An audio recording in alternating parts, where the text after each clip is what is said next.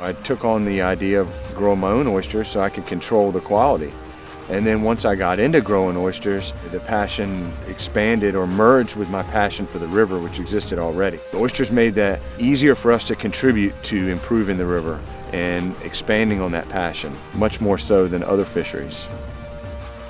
The Lynnhaven River means a lot to me because I grew up around it. Like so many people, the river is situated near a large population. And as a child, we spent every weekend on the Lynnhaven River. It's proximity to the ocean, the great fisheries, the crabbing, the beaches. For us, it was a way to get away and a place to escape, but still only 15 minutes from our home. As a child, I did eat my first oyster, and it was growing up in the fall and the winter months. There were always oysters. Even during the week, there was always a bag of oysters on the back porch. I can remember the first one was roasted. It wasn't real big like most people on a raw oyster in the beginning. And then as time went on, I grew a fondness for oysters on the half shell. What a great history, the Lynnhaven River and the Lynnhaven oysters. 1607, the first colonists landed right here at Cape Henry. Of course, they'd been on a boat for who knows how long. I'm sure they were ready for a walk, some fresh water, and a good meal. And they found all three when they landed here in what is now Virginia Beach. The story goes that as they pushed inland, they came upon a band of Indians roasting oysters, and the Indians fled and they sat down and ate the oysters. So the legend began there. George Percy was a naturalist that was on one of the first voyages. He gave one of the first food reviews in the New World and talked about how large and succulent the oysters were, the brininess, and just the great flavor.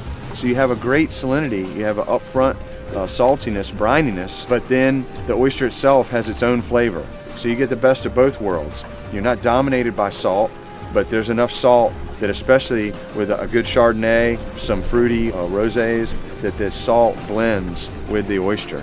This is the river's doing. This is not what we do. We just keep them safe. We kind of craft them, if you will, by hand, but the flavor and the terroir is all Lynnhaven River, and it's a 300-year-old legend. The value of oysters is they filter up to 50 gallons of water a day. And at one time, the entire contents of the Chesapeake Bay were filtered every 24 hours by oysters. What people don't realize is what impact that oyster reefs provide to the environment from a multi-level: ecology, biodiversity. Oyster reefs are to the mid-Atlantic what coral reefs are to the tropics.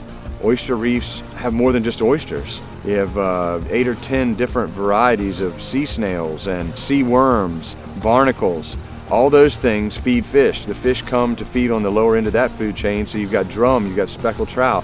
Oyster reefs are great fisheries for recreational fishermen. Then you have the birds that come in and at low tide feed around oyster reefs. The oyster is a building block and is the foundation for a huge amount of life and biodiversity. We're still learning about how much the oyster contributes, and the Lynnhaven is the perfect setting for that because it's a small river system with everything to offer. We're trying to keep with the reputation of the Lynnhaven oyster, so we're doing things a little differently. There's a whole lot less automation, there's a whole lot less equipment on the Lynnhaven oyster operations. Our family farm, we don't use any tumblers or sorters. We're doing everything by hand. So we're tumbling in baskets by hand, where we actually vigorously shake the baskets to clean the oysters, polish them, check them for quality, and then we put them back in the water and let them grow some more. All this generally is 18 months to 2 years and about 15 handlings. In other words, we literally touch the oysters anywhere from 12 to 15 times from the time we get them as babies to the time the local in Virginia Beach eats the oyster. You can be assured that the love that went into that is commensurate with the love you have for the flavor. I can assure you. People in Virginia Beach have been eating seafood all their lives. They grew up eating seafood. Our visitors come here seeking out great seafood, and we want to provide that. We want to live up to that challenge. We want to live up to the reputation of the Lynnhaven oyster. It's a 2-year labor of love. My favorite thing about oyster farming on the Lynnhaven River is being out here. There's no doubt. You really get in tune with yourself and nature when you're out here. When you spend time outdoors, you realize that life is simple in the face of a lot of complexities, in the face of a lot of technology. What we're doing here is still relatively simple. We have oysters that eat what wild oysters eat. All we do is protect them while they're eating. We get to spend time in a beautiful area, in a beautiful setting, and people are just really excited to find these kind of experiences that we have here in Virginia Beach. The oyster experience especially.